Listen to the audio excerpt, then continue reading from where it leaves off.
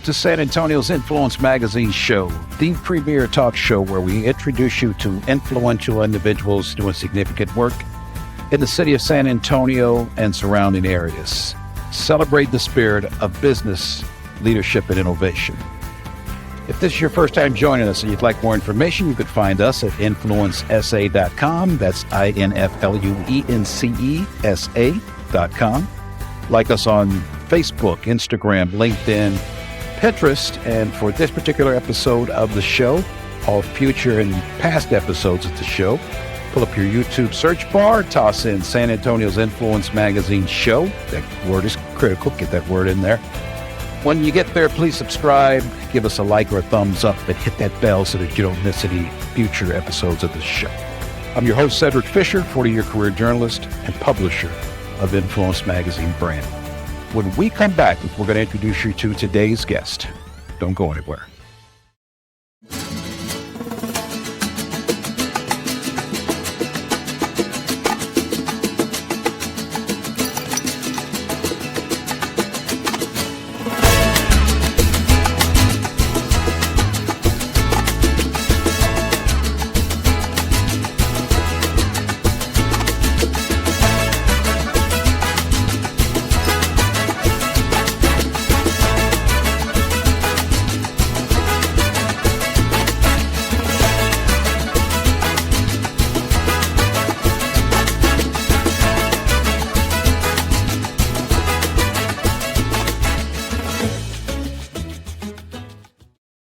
Welcome back to the show. I'm your host, Cedric Fisher. Today, we're privileged to have in our studio the renowned food photographer based right here in San Antonio, Miss Tracey Maurer. Tracey's been a commercial food photographer for the past 30 years. Her projects include cookbooks, product photography, and editorial photography. She has a BFA in theater degree from UT Austin and attended graduate school at Brooks Institute in Santa Barbara, California, a photography school best known for commercial photography instruction. Tracey's lived in San Antonio since 1992, and she's married with 2 adult children. During the pandemic, she shifted her focus to creating food art photography. And one thing led to another when she decided to create a series of Lotteria food images, combining a years-long focus on food photography and her love for the iconic game of Lotteria, also known as Mexican Bingo. After significant research, she decided to create a new version of Lotteria using food-related images. You guys may have seen them around town. Tracey's a former co-president of San Antonio's chapter of the American Society of Media Photographers and a past president of the San Antonio chapter of Les Dames Escoffier International. Her latest project is Que Sabor San Antonio. Help me welcome Tracey Maurer to the show. Tracey, welcome to the show. Thank you. Thank you for having me. Appreciate it. So I shared with the viewers a little bit about your background, but why don't you just share with us where you're from, ethnicity, and that type of information. Okay. Well, for the most part, I grew up in a small town north of Dallas called Little Elm, Texas. And this town was at the lake, and so we did everything you could imagine on a lake. We learned to sail, we learned to canoe a boat or a canoe correctly, paddle. Yeah, that's what it's called. And what's that? Kayaking? We did a little, not a whole lot back in the 70s, but yeah, a lot of swimming, a lot of fishing. We even owned a plane, a float plane, so I learned how to fly at a young age, so that was kind of a unique thing, I guess. Mm-hmm. Okay, and Little Elm is north of Dallas. Yeah, it's about an hour north of Dallas, roughly, yeah. But it's a lake. Yeah. Fantastic. Talk to us about your educational background. So Little Elm was a small town. I think there were maybe 25 people in my class. And so the entire school was in one building. So it went from first grade to 12th grade. And at one point I decided, I think I need to get out in the world. I just felt like I was a little little confined. And so I went to a larger school. I decided my sophomore year in high school to go to a larger school in Louisville. And from there, I learned photography. I was very involved in the theater and doing competitions and all of that with UIL and things. And then from there, I earned a scholarship to the University of Texas in their theater department. So I have a BFA in acting from the University of Texas.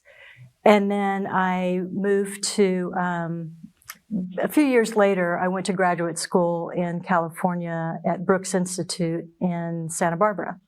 So I learned everything you can imagine about commercial photography. And specifically, I learned a lot about food photography. So. Yeah. Brooks Institute, that's a very highly sought after college. And some big names have come out of there. Yes, and it was at the time. It's been disbanded since, if that's the right word, since I was there. I think in more recent years, but yeah, there were quite a few biggies that came from there. Yeah, I actually went to high school close to that. Oh, okay. Little town called Lompoc, which is just north of Santa Barbara, San Luis Obispo. Okay, yeah, exactly. Santa Maria. Right. I know that area. Yeah. Wow. Got a little bit in common there. So what was your inspiration for getting into commercial food photography? That's a good one. I would say while I was there in Santa Barbara, we had a lot of opportunities to work with commercial photographers. Would come into the school and they would, they would have a seminar or, various educational opportunities, I guess. And I had the opportunity to assist a handful of them. And a lot of them happened to be commercial food photographers, which was kind of unusual at the time because I think, most people went to a commercial photography school to photograph models or cars or something, a little more sexy than food. But we just happened to get a handful of food photographers coming in, and I fell in love with it. I mean, it was just one of those art forms I thought, wow, it's very theatrical in a sense. You've got all these amazing people on the set. You've got your food stylist, you've got your prop stylist, you have your, the chef usually is on the set, and the client, and the art director, and all these people. So to me, it was definitely a production. So I identified with that. And I think from one thing led to another, and I just fell in love with it. Yeah. Of course, we as people love food. Yeah. And we love to see food on photos. Right. Your art, however, your eye is very, very keen. What made you kind of discover you had that gift? Or when did you discover it? Yeah, I guess really and truly, I've always had a camera in my hand ever since I can remember. I mean, I always, as a kid, my dad always had a series of Leicas. Everywhere we went, when we traveled, he would have one or more Leicas with him, Leica cameras. And my mom as well. And it seemed like everybody in the family would have a camera. And to me, it was just a natural extension of who I was. It was just photographing the world around me as a child. I think coming out of Brooks helped, with knowing, knowing what I learned from the photographers there, but also growing up as a kid, having a family that, my mom, I guess growing up in the 60s and 70s, we didn't eat out a lot. We always ate at home. And so my mom always, cooked. And so, my extended family, my grandparents, aunts, uncles, everything, we always would make food together. And so that was always instilled in me, the food itself, but also, and the culture that goes behind it. I think that's real important for all of us. And we all identify with food and our culture. So I think all of those things, just were ingrained in me as a young person. And then food doesn't talk back. So then I wasn't going to be photographing models necessarily. And I thought, well, I kind of like it. I think it's fun, and I really enjoy the whole process with it, working with a collaborative group of people. Yeah. So, yeah. food typically has a good attitude and never in a bad mood, right? So Typically, yeah. So we've got some of your posters here, and we're going to talk about some of your cookbooks in a second. Okay. But maybe you want to explain a few of these to us? Sure. So this was a project that I started during COVID, and this was, I guess I'm backing up a little bit. During COVID, I was in Ecuador. I was traveling with my sister, and this was just prior to COVID happening. And I wanted to go to learn as much about the culture and about the country and the different artisans and things like that. And so working with primarily with food and a lot of the beautiful markets, and going to like the cacao farms, where they the cacao pods. I don't think there's a picture of one here, but where you make chocolate from the cacao beans and things like that. So I wanted to learn processes, in other words, and some of the different food markets and things. And so while I was there, I was photographing those. And just one thing led to another, and the images themselves are from a project that I started during COVID. And these represent probably a year's interest, a long year's interest in Lotteria as well as food, and also specifically Mexican foods and indigenous foods and things like that. So these images right here are a part of this collection that I created during COVID. And I created a whole Lotteria series during this time, yeah. Hold that thought. We're going to talk about that some more when we take a break. We're going to come right back with Miss Tracey Maurer. We'll be right back.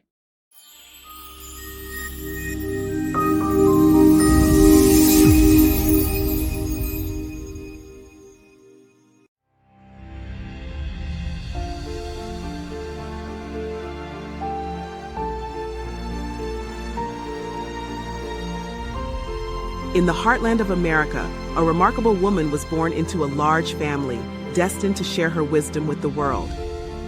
Her name? Thelma J. Love. From her humble beginnings in a small town, Thelma's journey became a tapestry of love, loss, triumphs, and trials. Each thread, each chapter contributing to her perfectly imperfect masterpiece. Through heartbreak, loss, and the hardships of life, she faced her trials head-on. And she emerged victorious, finding her true identity and power within her own perfect imperfection. Inspired by powerful stories of women like Michelle Obama, Maya Angelou, and Oprah Winfrey, Thelma now urges you to embrace your story, own it, and turn it into your strength, to become the author of your own destiny.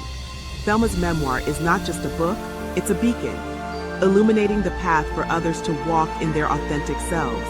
For you to rise above your circumstances and choose to be a victor, not a victim. Thelma J. Love's A Perfectly Imperfect Masterpiece is available now on all major online retailers. Join her on this remarkable journey. And together, let's create a legacy of love, hope, and infinite possibilities. Your story is waiting. Are you ready to write it? A Perfectly Imperfect Masterpiece by Thelma J. Love. Available now. Welcome back to the show. We're here with commercial photographer, Miss Tracey Maurer. Welcome back, Tracey.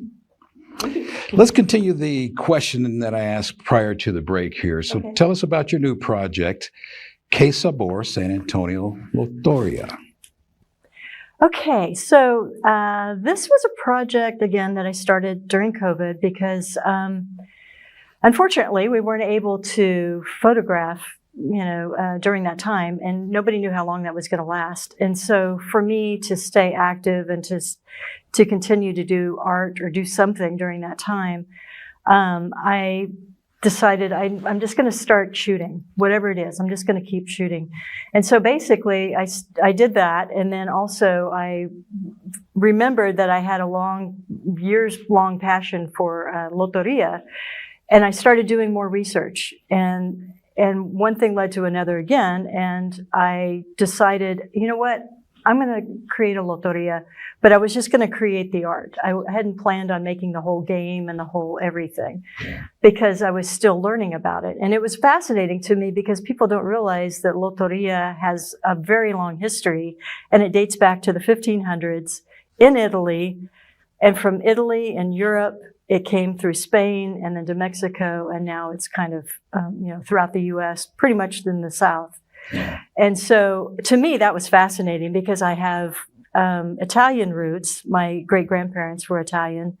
And so that to me became even more fascinating. So it was, oh, wow, okay, this game has stood the test of time, and it's something that my ancestors would have played. Wouldn't this be interesting to continue with this journey and this story? And so that's basically how it started. And then from there, I had photographed through the years various icons, like the tomato was a photograph that I took in San Francisco it was at a farmer's market or something, and it was like the most beautiful tomato I'd ever seen. So of course I brought it back on the plane and I photographed it the next day. And so for me, that became the number one in the Lotteria card because it had so much meaning to me. So every one of these photographs, I either baked it myself or cooked it or found the perfect iconic restaurant in town to make it for me. So I did those kinds of things, and then I realized, you know what?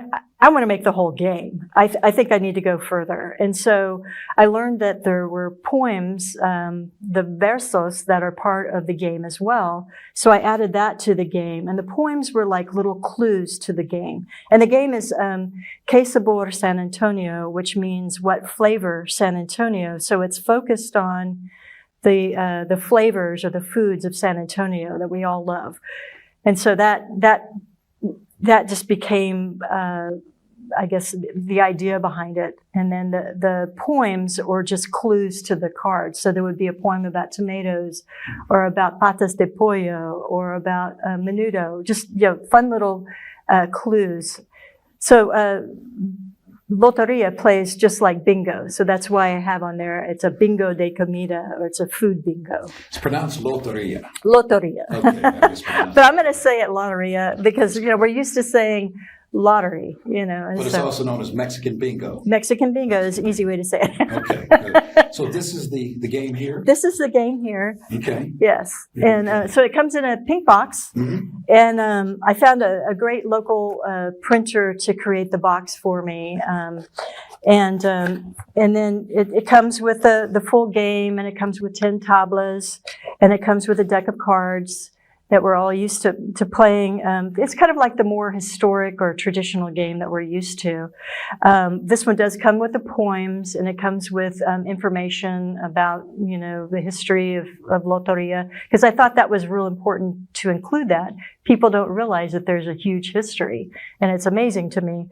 And then also, I worked with the city of San Antonio, with the city of gastronomy, to create the game, to include some of the more indigenous foods, because I wanted to be a little bit more inclusive of some of the cultural, the heritage of San Antonio. Yeah. And so I included like the nopal and included the metate, just different cooking tools that were traditional back hundreds of years ago. But even now today, I think they utilize them in different cooking methods. So what would be maybe a couple outcomes you're looking for with this project? What kind of goals do you have? Really and truly, it's kind of emerging, is what it is.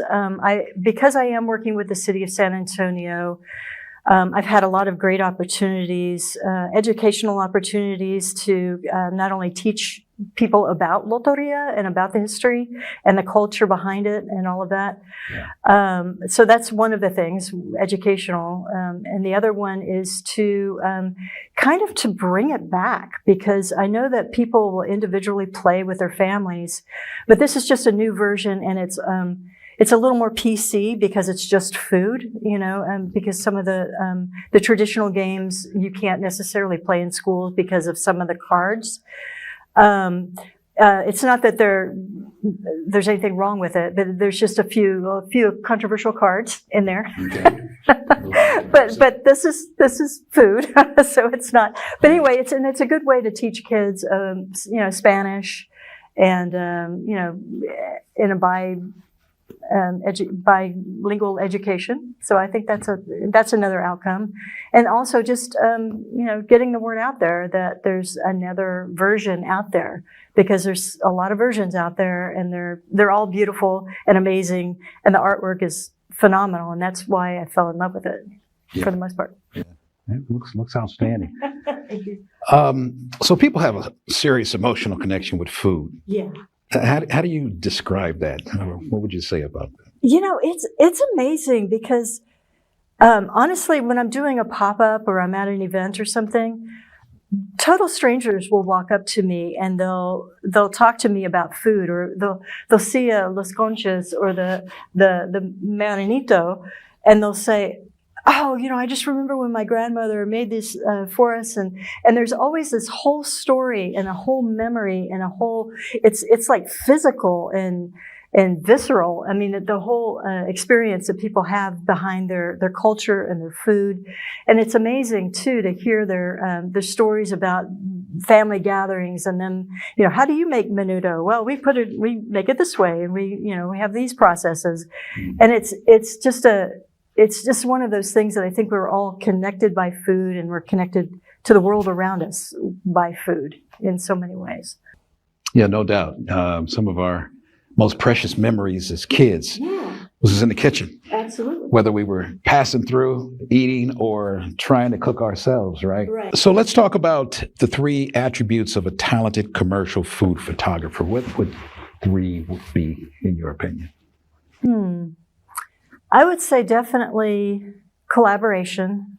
That's to me number 1, truly, because I think it's important to be able to work with a team, to be able to hear each other's ideas, to feed off each other's ideas and create something new, something that doesn't exist, because essentially we're starting with a blank slate or a blank palette, and our canvas. There we go. Basically, and so we're as a team, we're creating something, just very, very special and very new for our client. Other things would be, I guess, having an open mind to one another, to everyone's ideas. And also to do a lot of research. Whenever we do a project, it's real important for us to understand the food, understand the client, understand the audience for the food. When you work on a project, you want to have a full understanding, a grasp of it, so when you go into it, you're very clear on what the objective is, I guess. Yeah. Okay. So it's a team sport. It is. It's absolutely a team sport. It's a production. Yeah. It's a very, very much a production. Very good. We mentioned earlier, you've got some cookbooks you brought along, and you want to kind of describe what these are? Yes. So the first 2 on the top, this one is Fonda San Miguel. It's an amazing restaurant in Austin. And it's we did a couple of books for them. So we won an IACP award on this one for photography and design, and then this one was their second book. And what it is, it's like the interior Mexican cuisine. So it's very authentic cuisines of Mexico, and the Chef Miguel over the years has traveled throughout Mexico, and they've created these amazing recipes. So this is representing 40 years of food and art. So the restaurant itself collects art throughout Mexico as well. So when you go to the restaurant, it's amazing. It's like going back to San Miguel, Allende. And this is in Austin. This is in Austin, yes. And then this one, They do a cookbook every year or every couple of years? Or? So far, they're doing a cookbook every 10 years. So now we're working on our 50th anniversary, and that one will come out in 2025. we're very, very excited about that one. We're planning a trip to Mexico to kind of travel around and get some good ideas for it. So that's coming up. And then this is another one I did for, actually it was for Francis Strange in honor of Don Strange, Texas. And he's a famous caterer, of course, in San Antonio. So this was an amazing experience working on that as a tribute. Outstanding. We're going to take another break. We're having a conversation with Tracey Maurer, commercial food photographer. We'll be right back.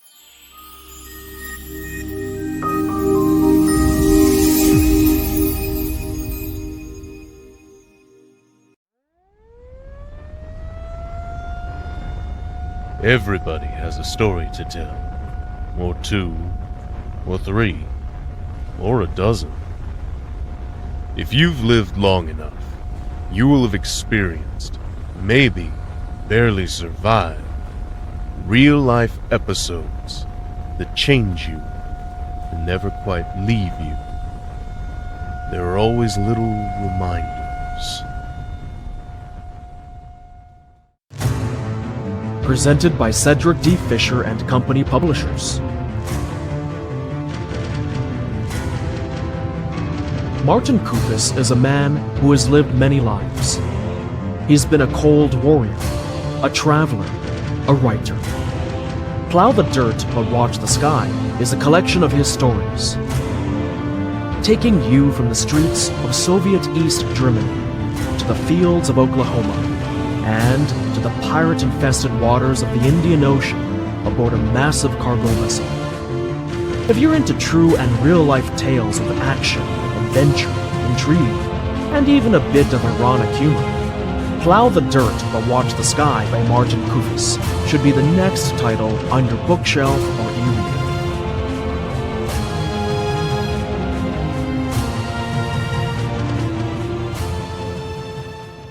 Welcome back to the show. We're here with Tracey Maurer. We're talking to a commercial food photographer, one of the best, absolutely. So, Tracey, welcome back. Thank you. Let's talk about your personal and professional accomplishments. Just give us three of your kind of favorites. Okay.